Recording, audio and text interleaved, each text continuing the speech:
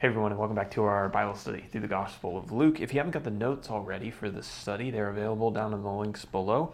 We are picking up today in verse 27. We're going to do 27 through 30. Jesus is like in the middle of a teaching section, a very similar section to the Sermon on the Mount. And I'm going to hear some similar concepts to what Jesus presented. I believe it's in Matthew chapter 5. But today, Luke chapter 6, verse 27 through 30. Let's go. But I say to you who hear, love your enemies, do good to those who hate you, bless those who curse you, pray for those who abuse you. To one who strikes you on the cheek, offer the other also. And from the one who takes away your cloak, do not withhold your tunic either. Give to everyone who begs from you, and from one who takes away your goods, do not demand them back. These commands are not very difficult to understand, but they are certainly difficult to apply. I think that these are some for me that are most challenging. And I think probably for a lot of people, because just naturally as human beings, we have a desire to get justice. And we can't stand people who are rude, who don't consider others. And these people can, at least for me, these people are triggers. My blood pressure goes up when I see somebody who's either just being blatantly inconsiderate or blatantly rude, and then they're getting away with it. Especially on the road, so when I go to the grocery store here, for some reason, there's a bunch of people that will get to the checkout, and then as the checkout person is finishing up their groceries, they'll be like, oh, I forgot something, and then they'll run back into the grocery store and go grab it. And and then everyone else in line has to wait so that this person can be convenienced. It drives me insane. And I need to not let it drive me insane. But that's just know that these are verses that I find challenging, and maybe some of you do as well. Jesus instructed people to be about doing good even when people were doing bad to them. Jesus instructed his hearers to love their enemies. Right? So in your mind, think of maybe it's somebody in your life right now, somebody in your past who you would consider to be, maybe they were mean to you, or maybe you would consider them like a genuine enemy. And put them in your mind as we go through this and try to apply what Jesus says to that person. It can be pretty challenging. So Jesus said for his disciples to love their enemies. And he wanted he wanted them to love the people who oppressed them and their message. Remember, Jesus is talking here to his disciples. So there are going to be people who hated the disciples because of the message that they taught, but Jesus didn't want them to hate those people back. He wanted them to love them. He told them to bless people who curse them and to pray for people who abuse them. And think about the historical place where we are when Jesus says this. I imagine that back in those days, there were a lot more crimes that never received justice than there are today. It's getting harder and harder to get away with things nowadays because there's all your emails and your text messages, and there's all this internet history that investigators can go look at. There's security cameras everywhere. People have cell phones. They can take a picture in 5 seconds.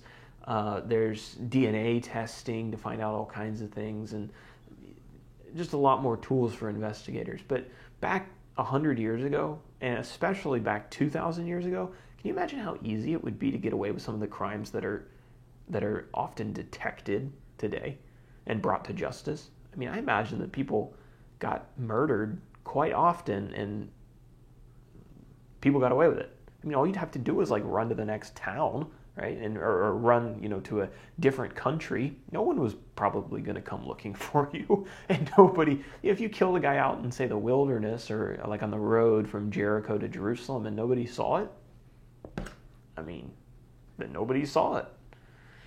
There's probably a lot of sexual abuse that went on, especially since men's words were a little bit more valuable than women's in the court system. So it was one man versus one woman if there were no other witnesses, and you can kind of guess who was going to win that one.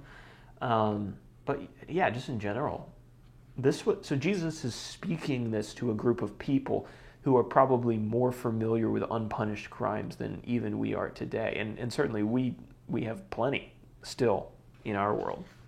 But just keep that in mind. You can probably think of, I already read that. The most natural tendency for somebody who's experienced injustice is to want revenge, or to want justice, to want that payback. And that's just instilled into a lot of us. You shouldn't be able to do wrong things and get away with it. Even people that aren't religious know that there are things that are right and there are things that are wrong, and people shouldn't get away with doing things that are wrong. Jesus here, though, reshapes our minds and our actions in the way that we ought to respond to people who do us wrong. Jesus told his disciples, and by extension us, to pray for people who mistreated them, and to pray that they will, you think about what would I pray for if I was praying for somebody who was mean to me? Well, we might pray that they would change. We might pray that they have a change of heart, that they see that what they've done is wrong, that they don't do it to other people, and that they can identify whatever corruption it is in their heart that led them to do that particular thing, and to change and to come to Christ for forgiveness. And that's what Jesus wants us to do. And it's really interesting that Jesus here is telling us to devote part of our day, devote our mental energy, our time, our thoughts, our critical thinking, to thinking about people who do us wrong and then taking their names up in prayer to God. And that's a pretty remarkable teaching, a very counter-human nature teaching coming from Jesus. But this is what he's instructing us, to devote our mental energy to consider what that person might need and then to pray about it. He said that disciples were to turn the other cheek. If somebody hits you on the cheek, you're supposed to turn your head and give them the other one to hit next. Now, people always say, well, what is Jesus just telling us, that we need to get beat up all the time? And I don't think that's what he's advocating for. I think what he's advocating for here and instructing is that we are to turn the other cheek as opposed to lashing out in retaliatory vengeance against the person who hit us. I think that is kind of the heart behind all of these teachings, is an avoidance of a heart full and motivated by vengeance and revenge. Other places in the Bible, God says that vengeance is his, right? That he will correct all the wrongs that have been done in the world. That's not our place. And here Jesus is saying that we are to prefer being mistreated rather than to responding with a heart that is probably out of control with a vengeful rage. They were to prefer an injustice done to them to a chance to get even with someone at the expense of losing their influence. We as disciples have a message to communicate. It's a message, it's the gospel message, right? And we don't want to do anything that'll damage our ability to get that message to people. Can vengeance damage our influence and our ability to reach people? Us lashing out in vengeance against others? Well, yeah, definitely. I mean, if we come after somebody and are harsh to them, might close some doors for the gospel. And that's to be our priority, is to reach them. Because, I mean, at the end of the day, if somebody's evil and is evil to you, the only reason that person has to change is because they recognize that there is a God, there are things that are right and wrong, and that they need to treat people better than the way that they treated them. I mean, without God, without a gospel, without a moral law, they have no reason to be nice to you. So, above all, prioritize keeping doors open to teach. I think the principle behind the cloak is similar to the cloak and the tunic when Jesus says that if anyone takes away your cloak, do not withhold your tunic either.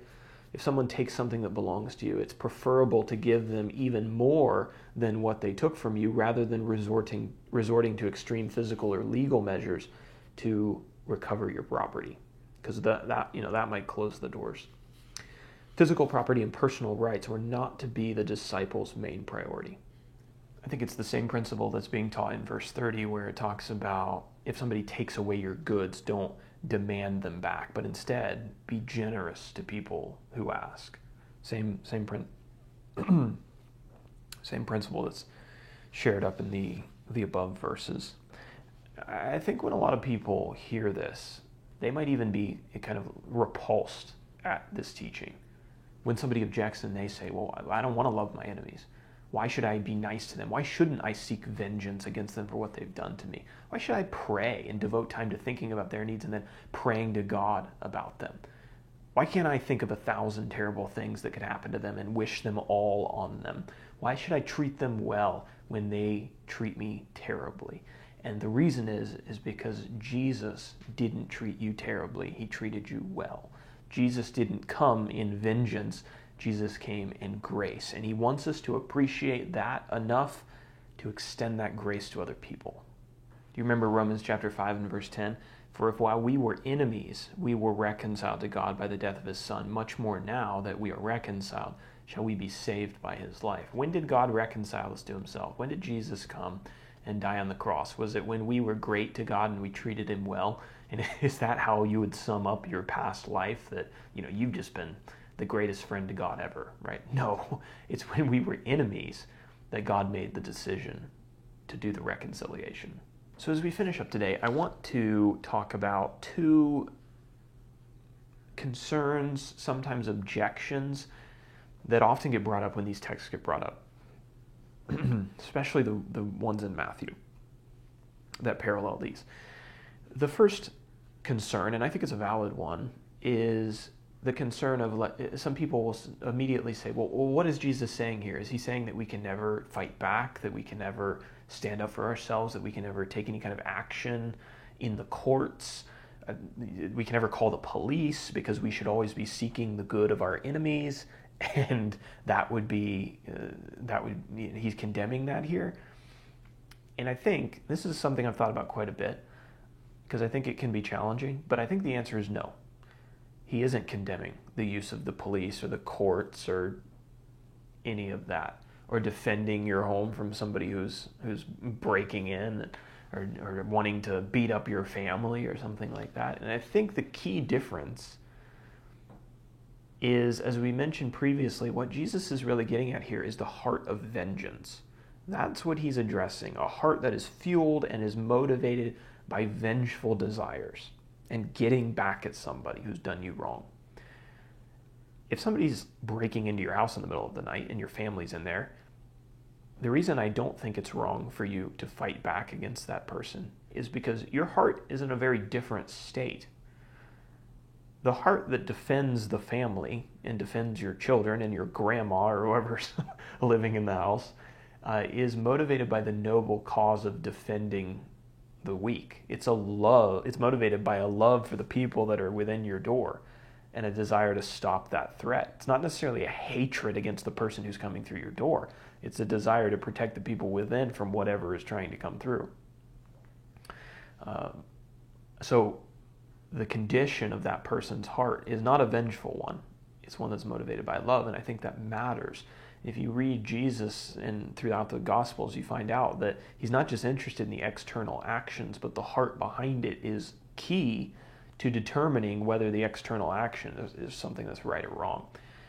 Say you've got like a child predator in your neighborhood and he's actively up to no good. Are you just supposed to be like, well, I can't call the police because, I wouldn't want him to go to jail, wouldn't want him to get thrown in prison for a couple years, 10 years, 20 years. Because that wouldn't be very nice, and I gotta just turn the other cheek on this one. Is that what Jesus is saying? And I think the answer is no, for the same reasons as the guy who's breaking into your house. If I know that somebody is up to that trouble, I have a responsibility, and I'm going to pick up my phone and call the police because I want to protect people who can't protect themselves and protect them from this evil. I hope that my heart is not motivated to call the police just because I hate that guy. Like, man, that guy, I knew it. He's a dirt bag. I hope he rots in prison and goes to hell. Right? That would be, I think, the wrong motivation. The reason I pick up the phone is because I want to protect the people who need protection, and in our society, the way that that protection comes is by locking somebody like that up because they need help. Those children need protection and safety, and that's what's motivating me, not vengeance. So I think that's the difference between it's the difference between protection and retaliation, and the heart behind those things vastly different. So no, I don't think Jesus is saying that we just need to roll over and let evil run rampant and we just say, well, can't do anything about it. The second objection that people often give to this, and this isn't one that I don't necessarily take as seriously, but people have said it, even when I've taught this text, especially the one over in Matthew, they'll say, oh, well, if I apply this, I'm not going to have anything. People are going to take me to court and take everything that I have, and they're going to take advantage of me. I'm not going to have any rights any longer. I'm going to, if I have to give to everybody who asks, like, I'm not going to have any money left over. You ever heard this before? Like, they immediately take this, the impact that this application, that this text could have on your life, they immediately take it like all the way out to its most extreme spot. And I think sometimes they do that in order to excuse themselves from having to think too seriously about it. Now, what would God say to somebody who brought that up? Well, what Jesus said in Matthew 6 after he had presented this concept was, therefore, I tell you, do not be anxious for your life, but seek first the kingdom of God and his righteousness, and all these things will be added to you. God has always taken care of his disciples. And just be honest. Do you honestly know anyone who has applied these verses to such an extreme, to such a level, that they're destitute? They don't have a house. They don't have a car. They don't have clothes to wear. They're out on the street. They don't have any food because so many people came up to them and asked for money or for groceries that they just gave it all away. People took advantage of them to the extent that they've got nothing now. Personally, do you know any Christians like that? Now, I'm not saying there's never been one. I don't know. But I don't know anybody like that. And again and again and again in the Bible, there's reassurances from God that he's going to care for his people. If you apply these verses, God's going to give you what you need. This thing isn't going to be dragged out to its extreme. You're not going to starve to death because you were just so generous to other people. You aren't going to starve to death because people are going to take advantage of you to the point where you can't find a bite to eat. God wants us to understand that he's not just leaving us here. He hasn't forgotten about us, just fending for ourselves. He's watching over everything that's going on. And if we work to apply these verses in our lives, he's going to be there to make sure that things don't get too bad for us. And the reality is most of us are not even close to being destitute in any way, myself included. I think when we look at the Bible from that kind of an with the view that creates that kind of an objection, it's like people want to jump to, well, if I apply this to this extreme, like it's going to turn out bad. And I think a lot of times they do that to excuse themselves from having to think too seriously about this application. They just say, oh, it's just meant as kind of a general principle. We should just think about it. I mean, it's kind of good to apply wherever you can, but let's not be too strict about it, right? Because boom, you could end up way over there destitute. I think that's an unhealthy way to look at the Bible. I think we should look at the Bible in faith and in the reasonableness that Jesus expected. Jesus was a teacher who expected his audience to hear him and to think through the things that he said, to be reasonable, thinking people. rather than looking at the Bible in its extremes, and to absurd extremes, I should say, we should look at it with a mind to apply it. What can I take from this text that I can apply into my life to become more like Jesus was for me? What's here that is applicable?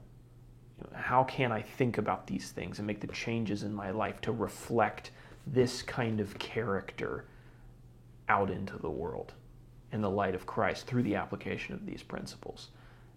There's a lot that every single one of us can do in these categories, and to implement these verses into our lives. And we don't need to be, so let's look at it with a mind to apply it rather than a mind to excuse ourselves from having to apply it. And so that would be my advice. All right, well, that's all for today. Next time we will continue on with Jesus' teaching. I won't see you tomorrow because it's Friday. I am going over to a missionary's house to eat pulled pork on Sunday, which I'm looking forward to. Hopefully there's some pulled pork in your weekend as well. And if not, something that you enjoy just as much. All right, I'll see you guys later.